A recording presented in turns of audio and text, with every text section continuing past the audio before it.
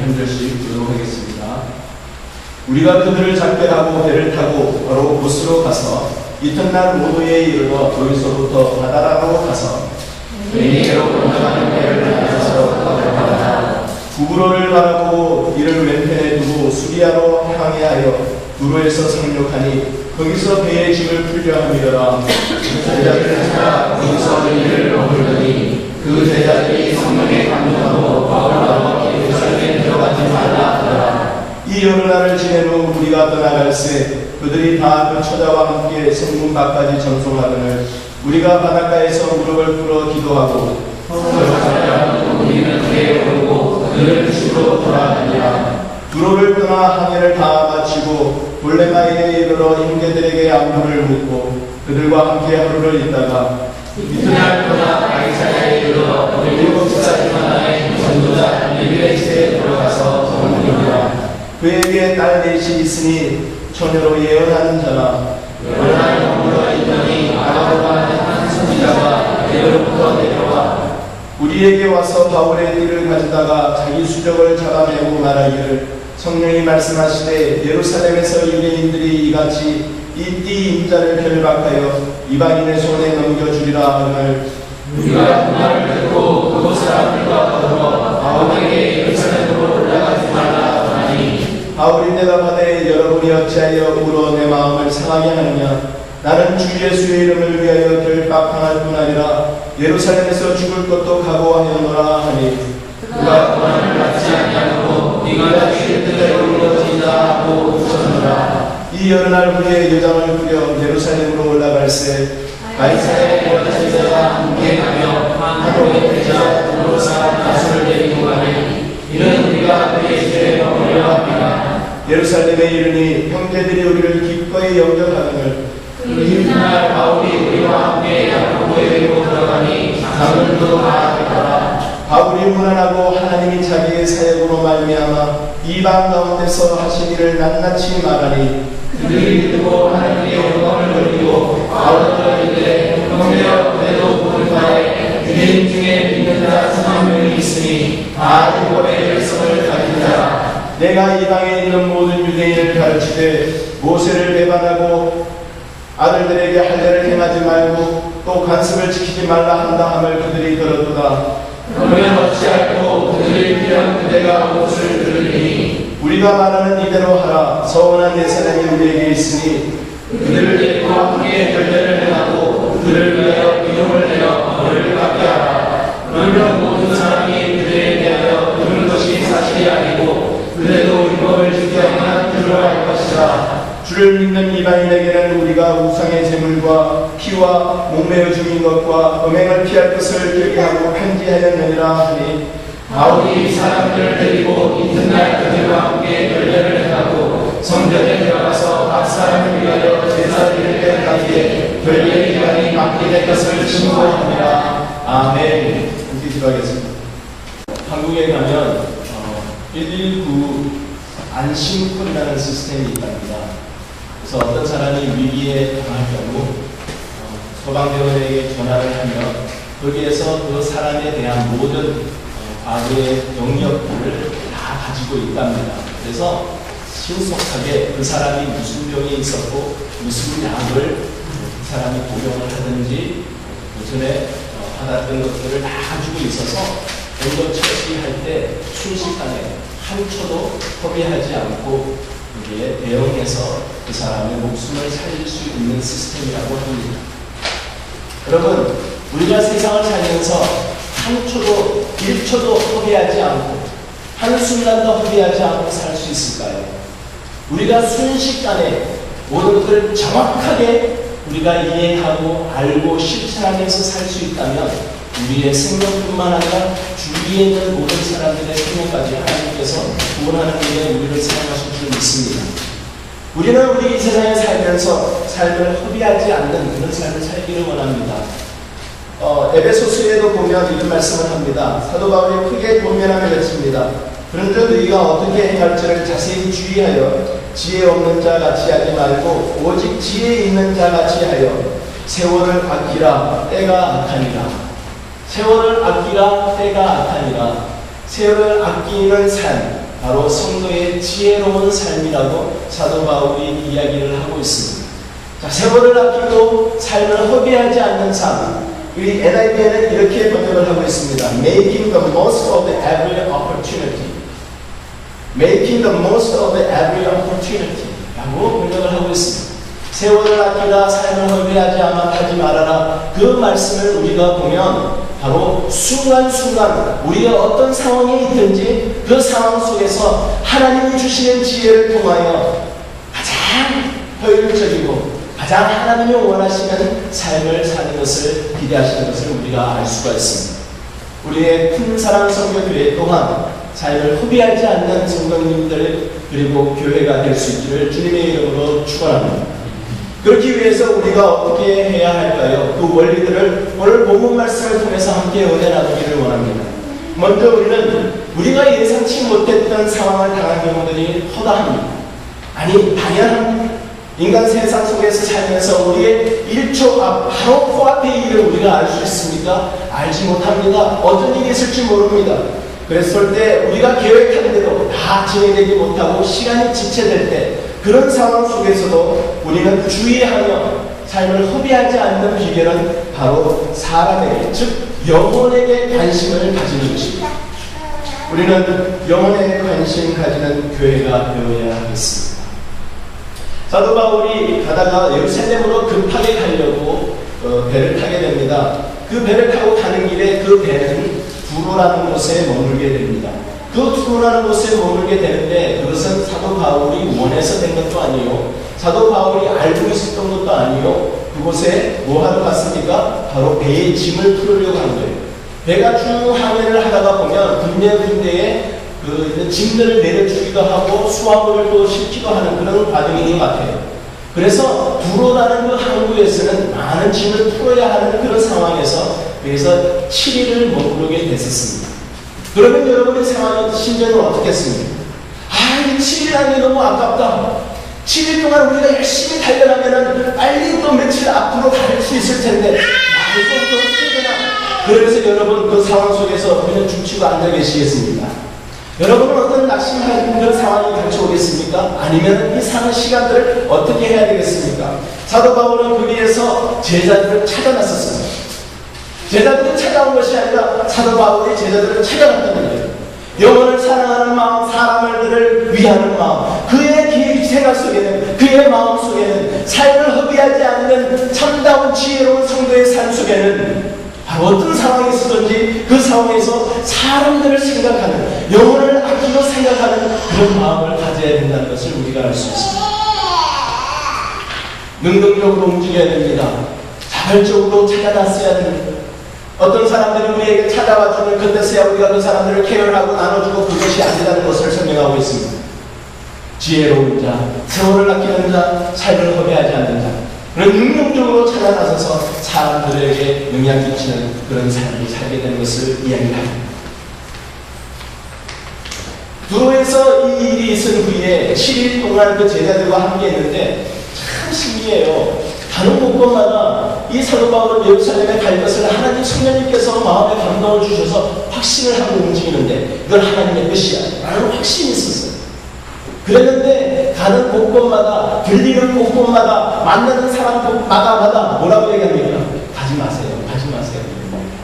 얼마나 마음이 낙심되겠어요. 그런데 잘 우리가 봐야 될 것이 있습니다. 같은 성령님께서 바울에게는 가라고 그러고 다른 사람들이 가지 말라고 그러니까 아니에요. 한 성령님께서 두 말 하시겠습니까? 아니에요. 한 성령님께서 우리에게 주시는 모든 내용들을 다 종합해보면 항상 조화를 이루게끔 되어 있습니다. 그래서 우리는 주의 깊게 보아야 합니다. 사도 바울은 하나님께서 주시는 그 확신을 가지고 예루살렘으로 받기로 옮겼습니다.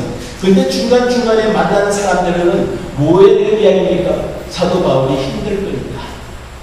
성령님의 인도하심과 성령님께서 이끄시는 그 걸음을 확신하고 가는 그 길이 쉽지 않기 때문에.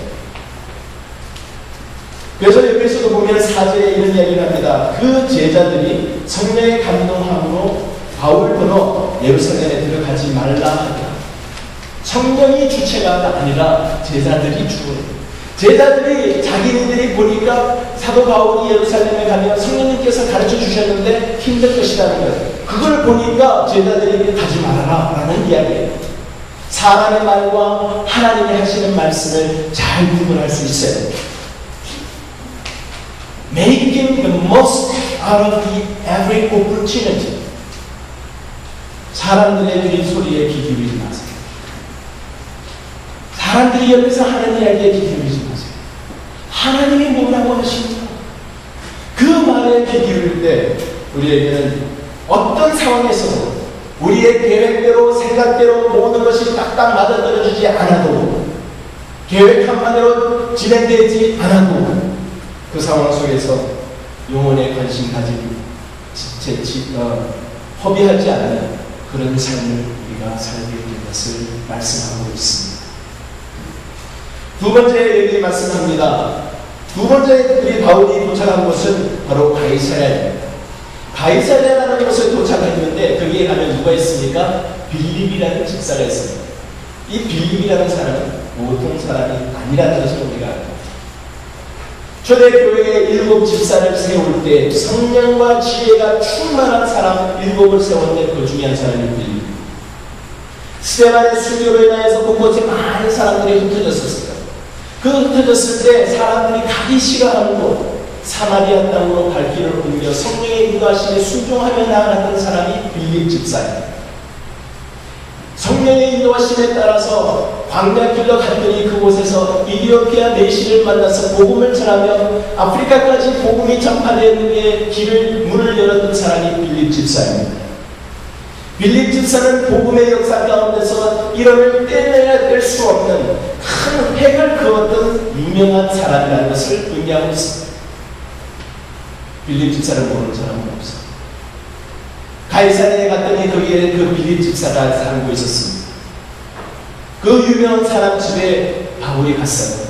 가서 보니까 4명의 그 처녀 딸이 있었는데 예언하는 사람이었어요. 여기에 우리가 주목해야 될 것이 있습니다. 빌립과 그 딸 4명에 대해서는 이 두 구절로 끝납니다. 그곳에 있으면서 그 다음에 나오는 등장하는 인물이 아가보라는 사람이 있습니다. 아가보라는 사람은 예루살렘에서 왔습니다. 그 사람에 대해서 소개할 때 한 선지자라고 얘기를 하고 있습니다. 그냥 the prophet이 아니라 a prophet이에요. 흔히 있는 사람 중에 한 사람이라는 거예요. 유명한 사람이 아니라는 것입니다. 이해가 되십니까?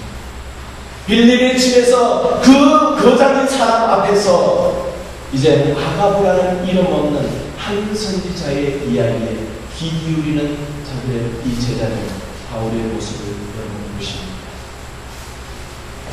삶을 허비하지 않는 사람의 삶 속에서 우리가 꼭 기억해야 될 것은 작은 자의 말에도 귀 기울인다. 하나님께서 사용하시는 자가 누구입니까?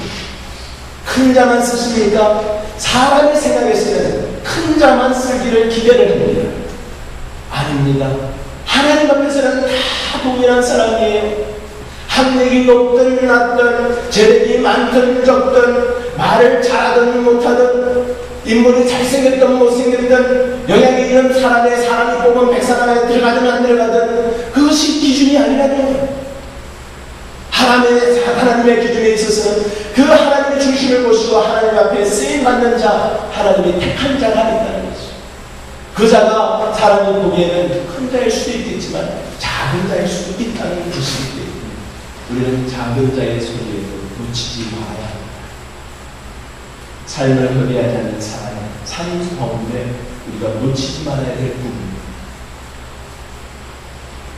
앞에 빌립이 앉아 있는데 그 사람은 내가 나도 모습 아가보라는 이름 없는 그 사람. 우리 교회에 있는 제일 나이 많으신 집사님이 이야기하고 있는데 그 말은 예강이가 와서 하는 말 듣는 거 마찬가지예요. 예강이가 하는 말에도 하나님께서 예강이를 쓸 수 있다는 거예요. 이해되십니까? 우리의 삶 가운데서 우리의 외면이 아니라 우리의 나이가 아니라 어떤 작은 일에 있는 자라 할지라도 그 말에 귀 기울일 수 있는 귀한 믿음이 있는 큰 우리의 성도님들 될 수 있기를 바랍니다. 그 삶이 바로 삶을 포기하지 않는 자의 삶의 모습입니다. 그의 삶을 통해서 우리가 바로 이런 작은 자에게도 소리를 귀 기울이는 그의 삶을 통해서 우리는 잘 볼 필요가 있습니다. 아람이라는 나라의 귀한 장군 한 사람, 우리가 유명한 사람 알고 있습니다. 나아만이라는 장군입니다. 그는 1등 공신입니다. 아람 나라가 이스라엘을 점령하는 데에 큰 공을 세운 사람입니다. 그래서 아람 왕이 그를 존귀한 자라고 여기고 있었던 사람이 나아만 장군입니다. 그런데 그에게 하나의 약점이 있었죠. 문둥병이었어요. 그 집안에 이스라엘의 전쟁을 통해서 데리고 온 한 작은 여종 하나가 있었습니다.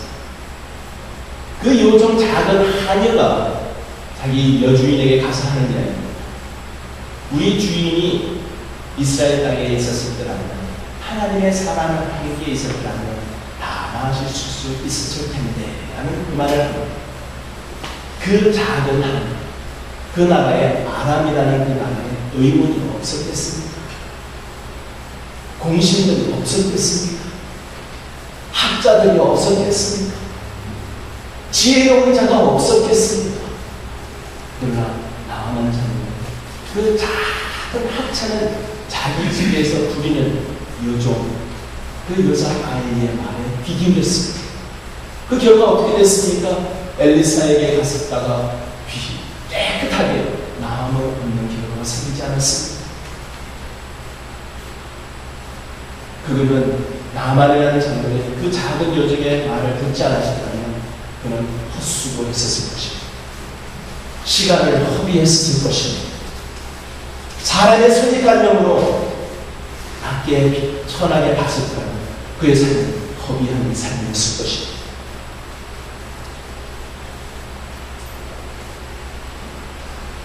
가이사랴에서 아가보라는 사람에 대해서 그의 말하는 그 예언의 말을 귀 기울이고 그는 그 말을 통하여서 사람들이 마음이 흔들리기 시작했어요. 그러나 사도 바울은 그 주위에 있는 사람들이 권고하는 말에 자기가 받은 성령님께서 인도하심에 대해서 한치의 흔들림도 없었습니다. 하나님께서 인도하시는 그 걸음에 대해서 굳굳이 나아가는 그런 모습을 계속해서 우리에게 보여주고 있습니다. 예루살렘에 도착했습니다. 예루살렘에 도착했었을 때 사도 바울이 제일 먼저 그를 맞이했던 사람을 찾아갑니다. 그 사람이 누구입니까? 바로 형제들입니다. 여러분, 형제들이 누구인지 이름도 안 나와요. 그 다음에 그 형제들, 무명의 형제들을 만나고 난 다음에 만난 사람은 야고보예요. 야고보는 유명한 사람이었어요. 그 당시에 예루살렘 교회의 기둥과 같은 장로였었죠. 여러분, 여기서도 여러분 보시면 사람이 생각하는 가치관이 아니라는 겁니다. 하나님이 주시는 가치관, 하나님이 주시는 지혜로서 가장 귀한 영혼을 생각하고 작은 나라 할지라도 우리가 소홀히 여기지 않는 바울의 가치관, 이것이 바로 삶을 포기하지 않는 자의 삶의 모습이에요.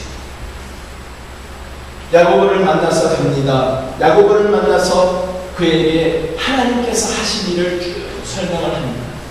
하나님께서 어떠한 일을 행하셨는지, 그의 그 선교 여행을 통해서 어떠한 기적을 행하셨는지, 나를 지금까지 어떻게 인도해 오셨는지 사도 바울 자기의 복입니다.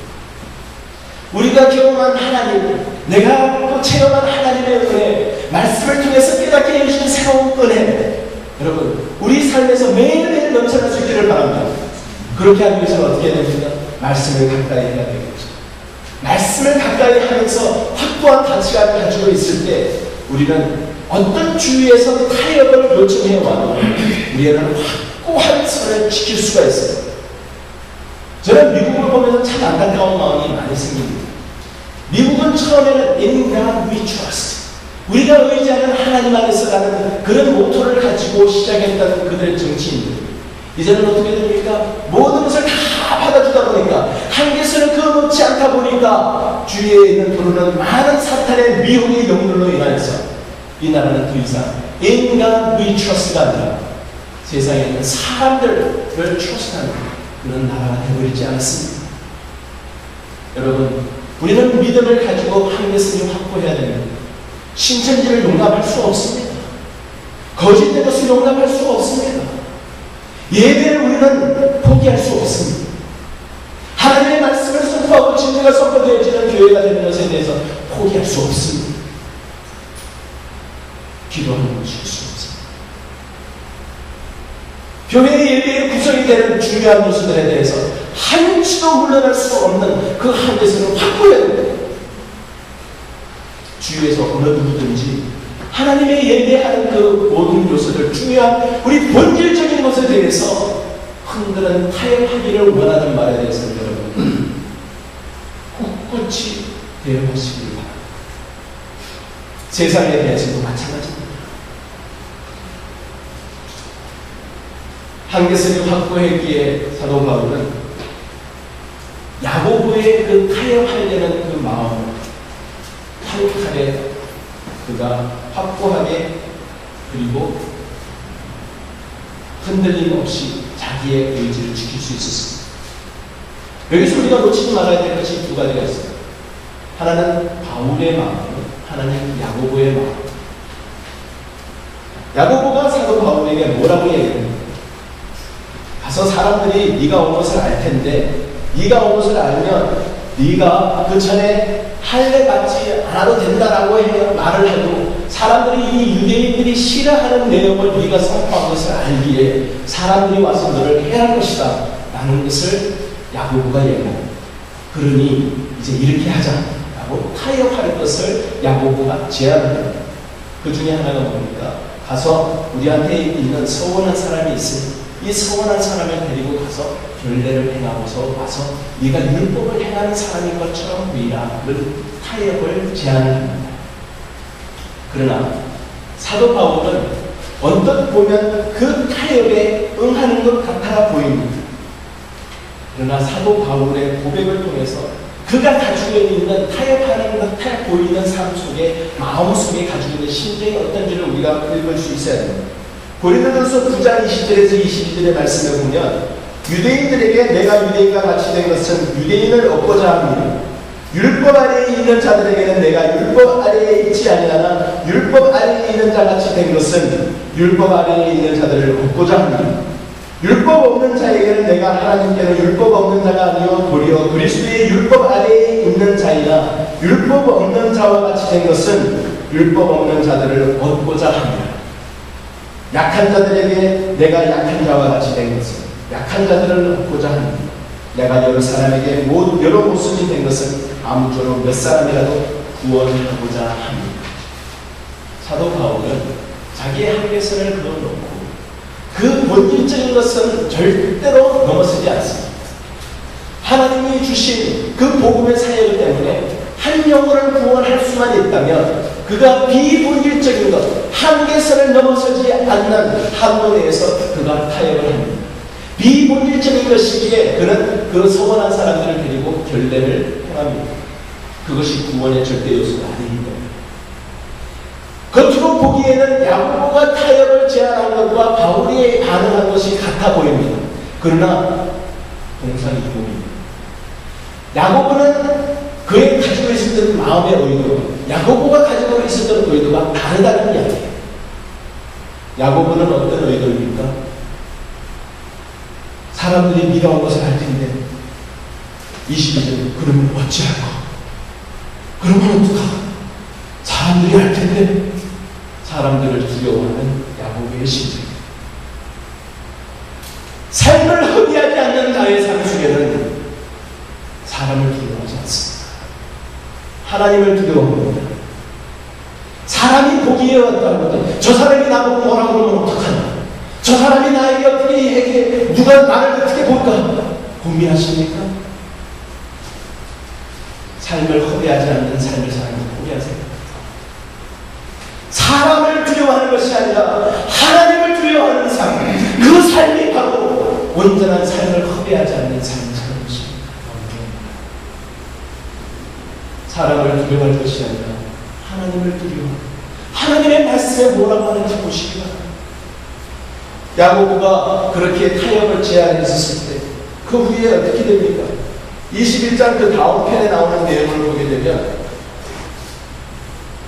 아시아에서 온 유대인들이 또 뭐라고 얘기합니까? 그 바울을 향해서 지난번에 네가 이방인들을 데리고 함께 있었다라는 것을 트집 삼아서 뭐라고 얘기해요? 그가 성전에 데리고 갔다. 성전에 이방인들을 데리고 갔다고 오해합니다. 사실도 아닌 것을 그들이 오해해서 그것이 진리 있냐? 사도 바울을 데리고 때립니다.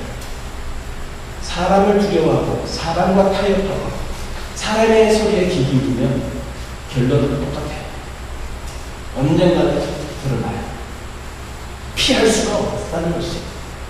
하나님의 눈을 두려워하고 하나님을 의식하는 믿음의 사람의 삶은 흔들림이 없어요. 하나님의 능력으로 보호하여 주시고 지켜주셔야 돼요.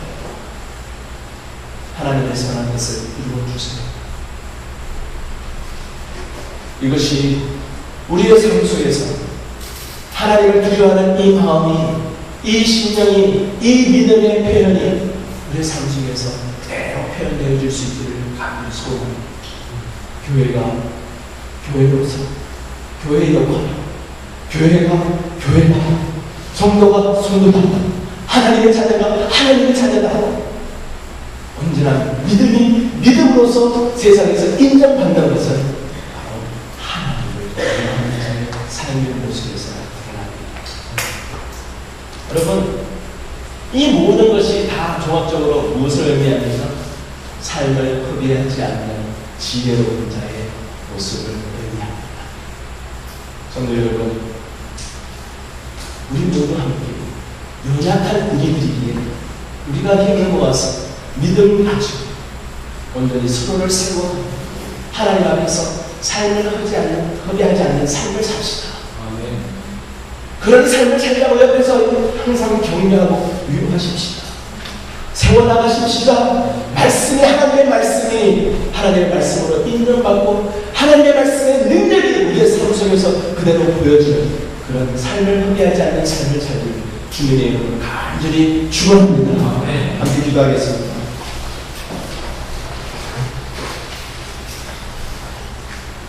우리의 삶을 통해서 하나님은 온전한 삶을 허비하지 않는 삶을 살기를 하나님은 원하십니다. 우리가 전적으로 취해야 할 행동들이 있습니다.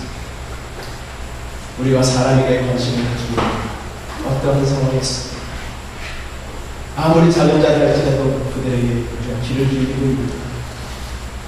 그리고 우리가 어디까지 타협하고 있는가? 온전히 이 시간 우리의 마음을 내어놓고 하나님 앞에 다시 한번 결단해 나갈 수 있는 시간입니다. 주님께서 원하시는 그런 삶을 살겠습니다. 삶을 허비하지 않는 그런 삶을 살겠습니다. 온전히 주님이 기뻐하시는 삶을 살겠습니다. 사람을 두려워하지 않고 하나님을 두려워하겠습니다. 작은 자를 무시하지 않고 귀 기울이겠습니다. 영혼에 사람에게 관심 가지겠습니다. 주님 도와주시옵소서. 같이 한번 목소리를 기도하겠습니다.